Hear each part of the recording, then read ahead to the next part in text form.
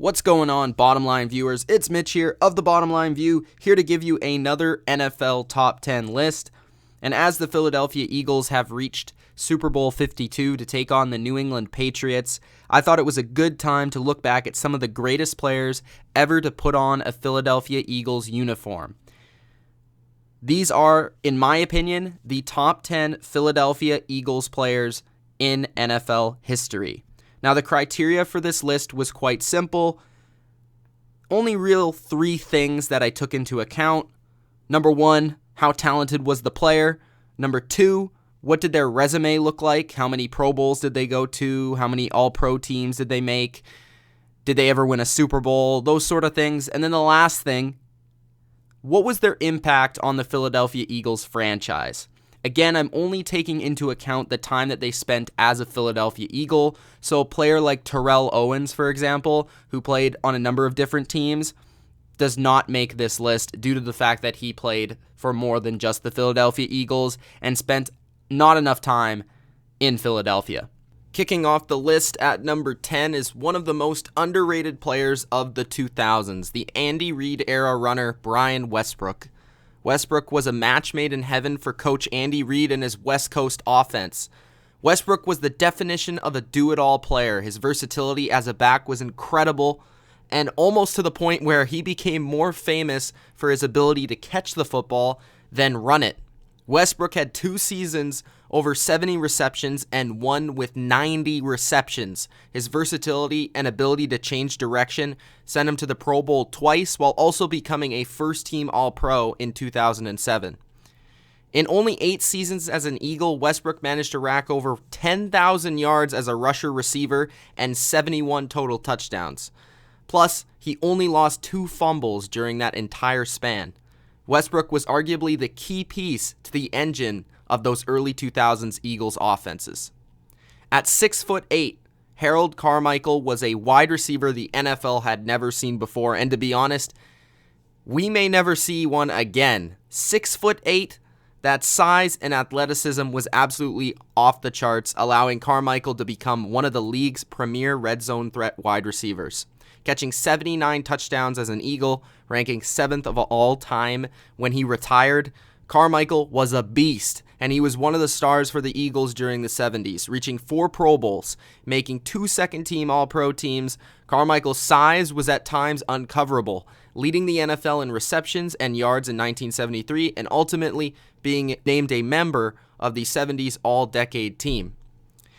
What Eagles fans may remember him most for, though, were not his receptions or his Pro Bowls.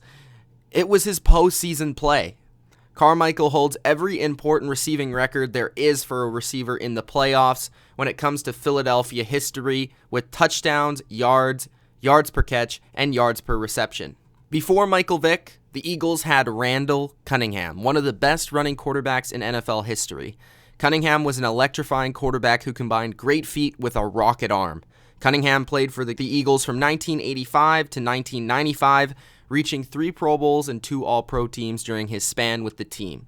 When Cunningham left the Eagles, he left not only as the 2nd all-time passer in franchise history, but also as the 3rd all-time rusher. He oftentimes carried some of the worst offenses that the Eagles really ever had in a span where the team wasn't so great, and he led them to great success.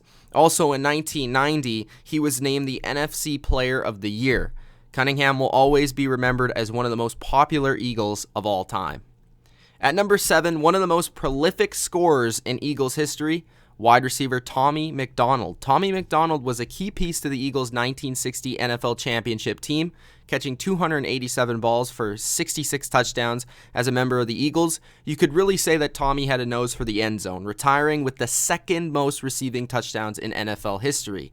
In his 7 seasons as an Eagle, McDonald reached the Pro Bowl in 5 of those 7 seasons, gaining All-Pro honors 4 times and leading the NFL in touchdowns twice in 1958 and 1961. McDonald was actually the last kicker to play without a face mask, and a member of the Pro Football Hall of Fame. I think it's safe to say that Donovan McNabb has a love-hate relationship with the fans of Philly. I've never quite seen a more strained relationship between a franchise and its franchise quarterback. McNabb was the face of the Eagles franchise for its modern glory years. Teaming up with Andy Reid, McNabb would take the Eagles to 5 NFC championships. Despite only making 1 Super Bowl and coming up short, McNabb was a superb talent with an incredible deep ball and great mobility. McNabb reached 6 Pro Bowls and was a multiple-time runner-up for the MVP award. McNabb finished his career as the Eagles' leader in completions, yards, touchdowns, and also the 6th all-time leading rusher for a quarterback in NFL history. The most impressive statistic, though, of McNabb's career has to be the 2004 season, when he was the first quarterback to throw 30-plus touchdowns with less than 10 interceptions. During the 40s and 50s, the NFL saw many players come back from the war, but few dominated the way Pete Pihos did. Playing what was considered the end position during his 9-year career as an Eagle, the Golden Greek Pete Pihos racked up 373 receptions for 5,619 yards and 61 touchdowns in an era where passing wasn't even a second option. Pete's tandem with Steve Van Buren led the Eagles to 2 NFL championships, including Pihos catching the game-winning touchdown in the 1949 championship game versus the Rams. In his Hall of Fame career, the Golden Greek was named a 6-time All-Pro, 6-time Pro Bowler, and led the NFL in receptions 3 times, yards twice, and touchdowns once. The Greek, in my book, is the best wide receiver to ever play in Philly. Wham Bam, Moving Van, Supersonic Steve Van Buren, a 7-time All-Pro. From 1944 through 1951, Steve Van Buren was like a superhero in Philadelphia, and one of the best players in the NFL during the 40s.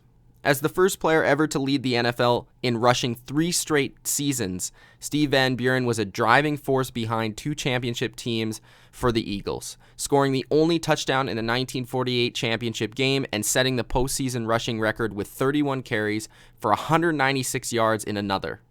Van Buren led the NFL in rushing yards and touchdowns 4 times each and was named a member of the NFL's 75th anniversary team. During the late 90s and early 2000s, the Eagles' leader was not a quarterback, a running back, or a receiver. The leader of the Eagles was a safety, and his name was the Wolverine, Brian Dawkins. Dawkins was the identity of the Eagles and the most beloved Eagle for many years throughout Andy Reid's tenure. Dawkins gave the team an edge, a grit that really didn't go unnoticed, at least to myself. Not only was Brian a great leader, but also an incredible player. A rare breed of safety who could not only fear into receivers running across the middle, but also fear into a quarterback of his playmaking ability and coverage. The Wolverine was a hard-hitting ball hawk and a one-of-a-kind player with numbers to back it up. Dawkins filled the stat sheet with 898 tackles, 34 interceptions, 32 forced fumbles, and 26 sacks. Rare numbers for a safety. As a member of the Eagles, Dawkins went to 7 Pro Bowls, was named to 5 All-Pro teams, and a member of the 2000s All-Decade team. Weapon X will be remembered for restoring toughness in the Eagles. What do you think of when I say the Minister of Defense? Well, I think of maybe the best defensive player, dominant pass rusher, an incredible run stopper, and all-around great human being that was Reggie White. Reggie White terrorized opposing offenses for 8 seasons as an Eagle. From 1985 to 1992, before leaving to the Packers in free agency, in all 8 of his seasons, he was an All-Pro and Pro Bowler, along with a 1-time Defensive Player of the Year and 2-time sack leader. Easily the most talented player ever to play for the Eagles, Reggie does fall short off the top spot due to his ability and his equal success as a member of the Packers later in his career. Still, you will see a ton of number 92 jerseys in the stands to this day, and Reggie White is one of the greatest NFL players of all time. When I think of the face of the Eagles, a man that represents the team and the city, I think of linebacker and center, the last full-time two-way player in NFL history, Chuck Bednarick. Bednarik, who played from 1949 to 1962, played every season as an Eagle, becoming a 10-time All-Pro, 8-time Pro Bowler, and a member of the 1950s All-Decade team. Bednarik was known as one of the NFL's most devastating tacklers as a linebacker, and in 1969 was also voted as the greatest center to ever play. In 1960, Bednarik knocked Frank Guilford of the New York Giants out of football for 18 months from a tackle, which is one of the most famous tackles in NFL history. In that same season, he made another spectacularly memorable play by tackling Jim Taylor of the Packers on the final play of the game of the 1960 championship at the 8-yard line to seal the win. As the leader of the Eagles, Bednarik brought 2 titles to Philadelphia, something no other Eagle can really claim. He exemplified toughness and the right way to play football. Bednarik, in my book, is the greatest Eagle ever. Hope you guys enjoyed this top 10 for the top 10 Philadelphia Eagles in NFL history. It's Mitch of TheBottomLineView. If you did enjoy, hit the like button, subscribe, and also in the comments section, leave what team you want to see the next top 10 for. It's Mitch once again. Peace out.